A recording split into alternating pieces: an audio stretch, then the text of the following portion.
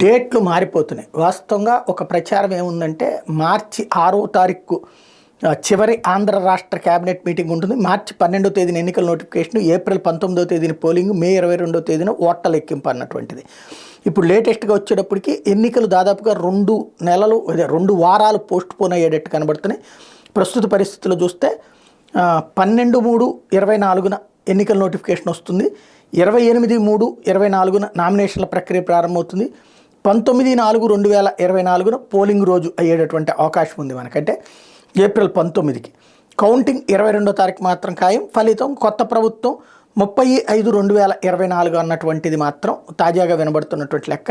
ఈ నేపథ్యంలో కేబినెట్ సమావేశం మరి ఇక్కడ ఏంటంటే అసలు పాయింట్ ప్రధానమైనటువంటి చర్చకు వస్తున్నటువంటిది ఏం జరుగుతుంది. ఇంతవరకు అయితే మేనిఫెస్టో రిలీజ్ చేయలేదు జగన్మోహన్ రెడ్డి. నిన్న అన్నారు లేదు, నెక్స్ట్ ఏదన్నా ప్రత్యేక సమావేశం పెట్టి మేనిఫెస్టో రిలీజ్ చేస్తారా? ఎందుకంటే వాస్తవంగా తెలుగుదేశం బాబు గ్యారంటీ అన్నటువంటి పేరుతో ఇప్పటికే 6 పథకాలని జనంలోకి తీసుకెళ్తుంది.